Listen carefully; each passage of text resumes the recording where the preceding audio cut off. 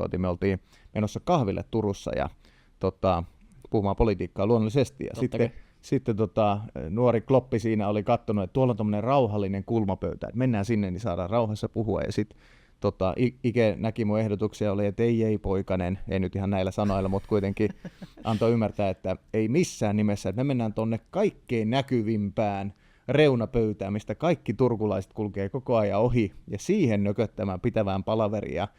Ja siitä sitten koko ajan käveli jotain ihmisiä, ja Ike moikkaili kaikille ja näin poispäin. Aivan täydellisesti kuvattu se, miten jos mennään bisneksestä puhumaan, että miten ihmisten pitäisi tehdä. Eli mun mielestä toi anekdootti on aivan täydellinen, koska hyvin moni haluaa mennä just sinne kulmapöytään ja olla rauhassa ja vähän sitä omaa juttuaan tehdä.